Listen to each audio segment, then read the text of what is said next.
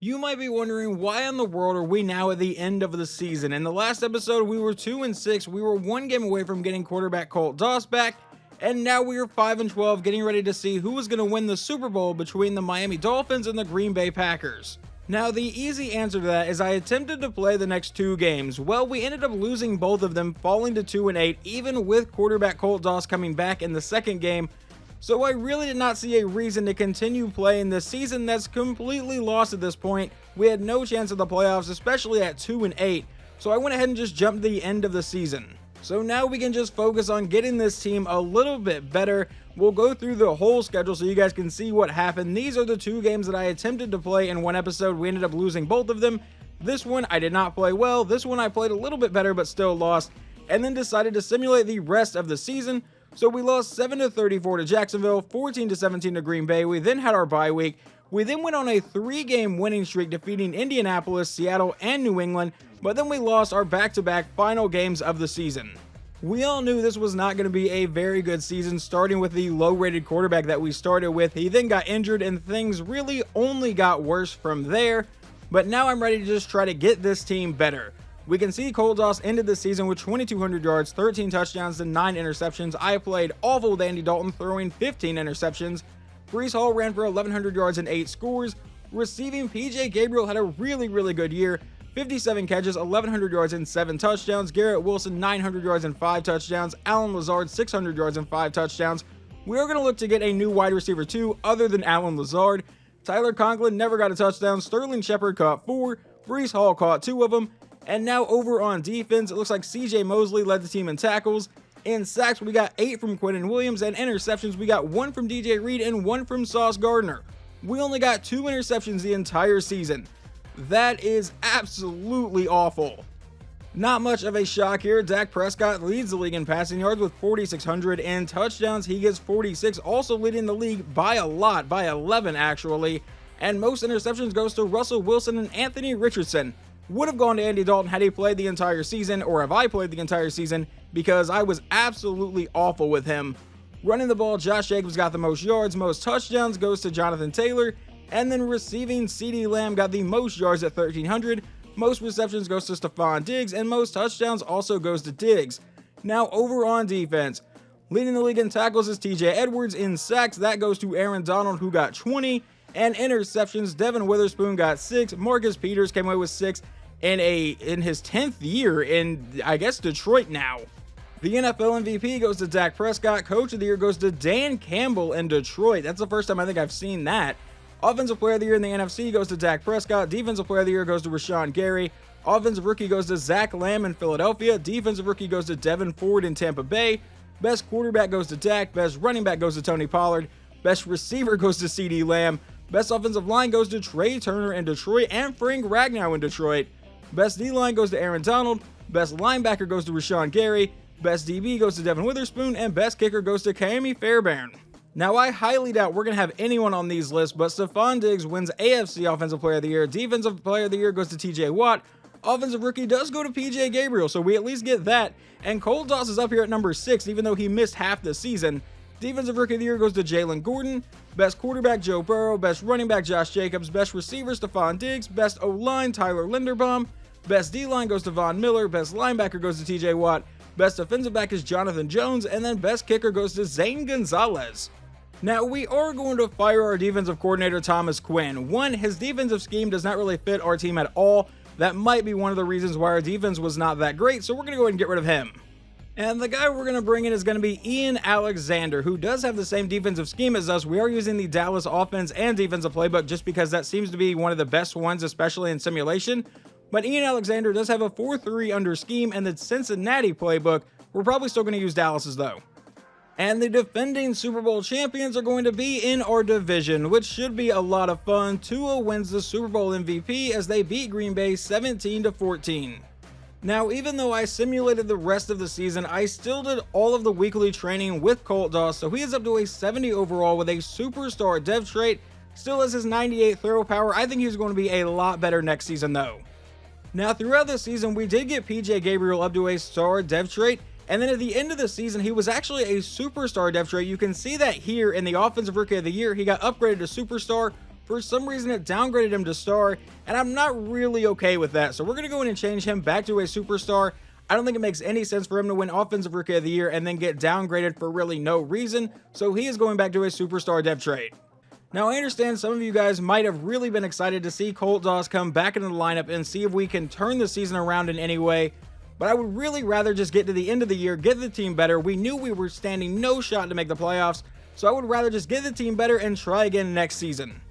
We do have a couple interesting things here at the start of re-signing. We are going to take the 5th year option on Sauce Gardner and the 5th year option on Garrett Wilson. Both of those are pretty obvious decisions. I think we're also going to take the 5th year option on right end Jermaine Johnson. I know he's not nearly as highly rated as these two guys, but I still feel like he can be a pretty solid player for us. Still a star development trait, only 26 years old. We should be able to get him to an 80 overall this season.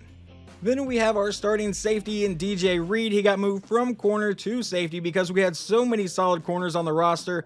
Let's see if he can come back. We'll offer a 2-year contract. I'm not really cool with a 3-year contract. He's 28 years old, and he is going to be testing free agency.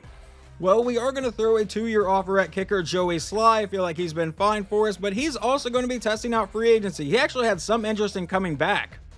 Alright, I would just rather not have to worry about a punter for a few seasons. Blaine Cox was fine for us, a 4-year deal, and he will actually re-sign. But everyone else here, I think, is just going to head into free agency. I think we can get a lot better through the draft and hopefully some decent players in free agency.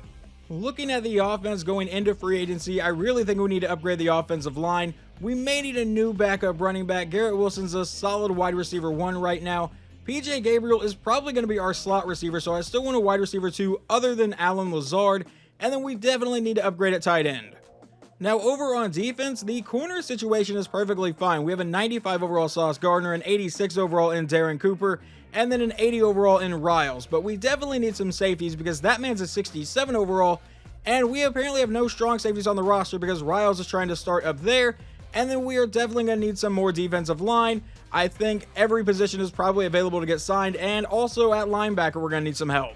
So pretty much everything on defense except for corner is probably going to need a replacement here, but let's see what's exactly available in free agency. Alright, I am now a little bit confused here on free agency because I had to go back and double check my settings. That trades in free agency and off-season free agent bidding are both set to manual, but it's already said that I filled up my 5 negotiation slots when I definitely haven't. I took off all of my offers, but over in Target it still says I have 3 active negotiations. I definitely don't, and that's all set to manual, so I don't know what exactly is going on with this EA logic right now. It's not exactly great for rebuilding a team though. So now I've offered 2 contracts here, one to Rondell Moore, one to Eddie Jackson, and that's all I can really offer here in the first stage. I don't really know what's going on. It still says I have 3 active negotiations, even though I have 2 guys here now signed and no one else in my targeted. While still being only able to throw out 2 contracts for whatever reason, we're going to offer DJ Reed and Harrison Phillips. I tried leaving franchise and coming back. I don't really know how to fix it, but we do land so far all 4 guys that I wanted. And now 2 more contracts have been thrown out to tight end Noah Fant and middle linebacker Kaiser White. Let's see if either one of them are also going to join the Jets here. They're both gone, and we get Kaiser White. We do not land Noah Fant though. We still need a tight end. And now headed to the second stage, it's still sitting at 3 active negotiations. I really have no idea what's going on there, and I really wish it wasn't happening. There are now 3 more players that I've signed here, and that is going to be it for this free agency. We get Cody Whitehair, Josh Oliver at tight end, and then we brought back Zach Wilson to be our backup quarterback for right now. I can't really tell you why I decided to bring back Zach Wilson besides the fact that he had a lot of interest in coming back to New York for some reason, but I learned after last season we need a solid backup quarterback just in case. Well, this is a much higher draft pick than I thought we were going to have. With a 5-12 record, we pick at number 2 and are currently being mocked outside linebacker Chad Irwin. We right now have no left outside linebacker on the roster, so that is a pretty high possibility, but I could also end up trading back to get a little more draft capital. Now, before we officially jump into this draft, just showing you what draft picks we currently have. We have the number 2 overall pick, our own 2nd, 3rd, and 4th round pick, a Raiders 4th round pick, and then a 5, 6, and a 7. The Chicago Bears have the number 1 overall pick in this draft, so let's see exactly who they are going to take. It will be free safety Landon Cruz out of Wisconsin. To take a safety number 1 overall, that guy is going to need to be a generational level talent. Now, I did decide to use one of our private workouts on Chad Irwin just because I knew he was going to be here at pick number 2 and wanted to see exactly how good he is. A pursuit, B tackle, D zone coverage, but A power move, A pursuit, B play rec, A awareness. He has good speed, good acceleration. I think he could be a really good draft pick for us, but let me go see exactly what we're being offered for the number 2 pick. We are being offered multiple things. The Bears have given us 2 first-round picks in the future, but no more first-round picks this year. The Broncos want us to fall all the way to 13.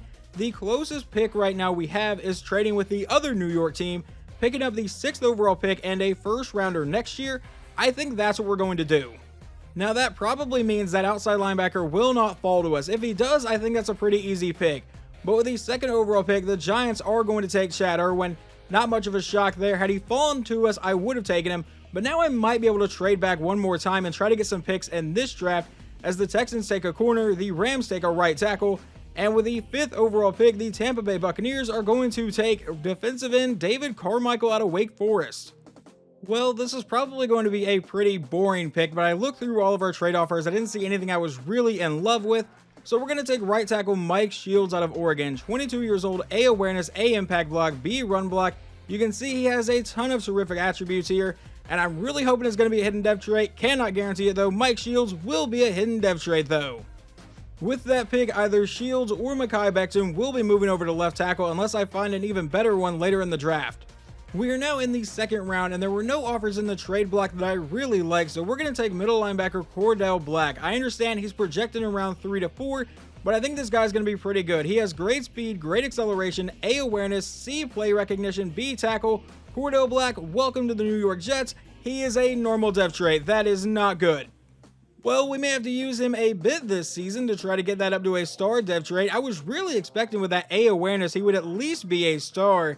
Kind of disappointing. And we don't know a ton about this guy, but center Dalton Poole is a 21-year-old center from Penn State with A awareness, B pass block. It lists his strength as great, acceleration as elite. Don't know why I feel the need to say that one, but Dalton Poole, welcome to the Jets, and he will be a hidden depth trait. Well, I think now in the 4th round, I'm going to take tight end Troy Ridley out of Washington State. He has A catching traffic and A catching.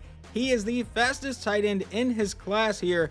A to C awareness, you can tell we don't know a ton about him. And I will say, anytime I've drafted a tight end that I didn't know a ton about, they ended up being awful. But we're going to do it here anyway. Troy Ridley, welcome to the Jets with your normal depth trait.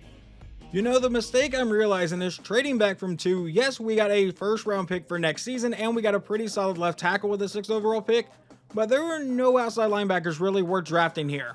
Well, this pick is going to be a pretty big risk. We're going to take right outside linebacker Javier Muldrow out of North Carolina with B block shedding, D zone coverage, but he is a scheme fit for us at left outside linebacker, so we're going to see if he can turn into anything, and Muldrow will have a normal depth trait. Not much of a shock on that one. Now with our 5th round pick, we're going to take wide receiver Braden Boykin. I almost called him Brandon Boykin. That is a former NFL defensive back, but he doesn't have great speed here, but we do see that he has B catching traffic, catching C deep route, and B release, so welcome to the Jets. You know what? Here in the 6th round, we're going to take another tight end. Tight end Derek Petty out of Ole Miss has B deep route, B run block. We scroll over here, we can also see he has B pass block, and his strength is listed as elite. He's not fast at all. I don't think he's going to be much of a receiving threat, but Derek Petty will also have a normal depth trait. Not shocked about that one, but he is only 21 years old. Alright, we're now in the 7th round here with pick number 2. We have one more 7th round pick due to a trade earlier in the draft, but I am going to take kicker Lance Hale out of UCLA. He has A kick accuracy, and then his kick power is listed as great, which right now is the highest in the class. So Lance Hale, welcome to New York. You have a normal depth trait, but have 95 kick power. And finally, with our final pick in the draft, we're going to take outside linebacker Lamar Hubbard out of Clemson, 22 years old, B block shedding, A pursuit, solid speed with great acceleration. Welcome to the Jets. You probably won't see the field much. Right, we end up with a 71 overall right tackle, a 74 overall middle linebacker. So Cordell Black did not have a hidden depth trait, but at 74 overall, I'm still fine with that pick. We then ended up with Dalton Poole, a 73 overall center, a 73 overall tight end, and Troy Ridley, once again a normal depth trait, but with that overall, I am fine. That is a horrible outside linebacker, a 69 overall receiver, a 63 overall tight end, a 69 overall kicker. Probably shouldn't have used that pick there, but it's whatever. And then a 70 overall outside linebacker in the last pick of the draft. I might be more inclined to actually play him. I didn't think he was going to be a 70 overall. The number 1 overall pick, Landon Cruz, is an 80 overall here. He might be a superstar X Factor. Let's actually go in and look at that here, just because I am really curious on if he is an X Factor, which I think would make him a generational player, and he is going to be a generational safety for Chicago. So they end up losing Eddie Jackson to us, but immediately replace him. Chad Irwin is a 74 overall outside linebacker, so he was one of the lowest rated players in the top 5. So maybe it's good that we traded back. Granted, we did land a 71 overall, so he's not going to be great right off the bat, but he is probably still going to start for us. Now off screen, I will be doing all of the training camp and signing undrafted free agents and other veterans that might be able to help this team this season, but hopefully you guys enjoyed this off-season video, and I hope you guys understand why I went ahead and just jumped to the end of last season.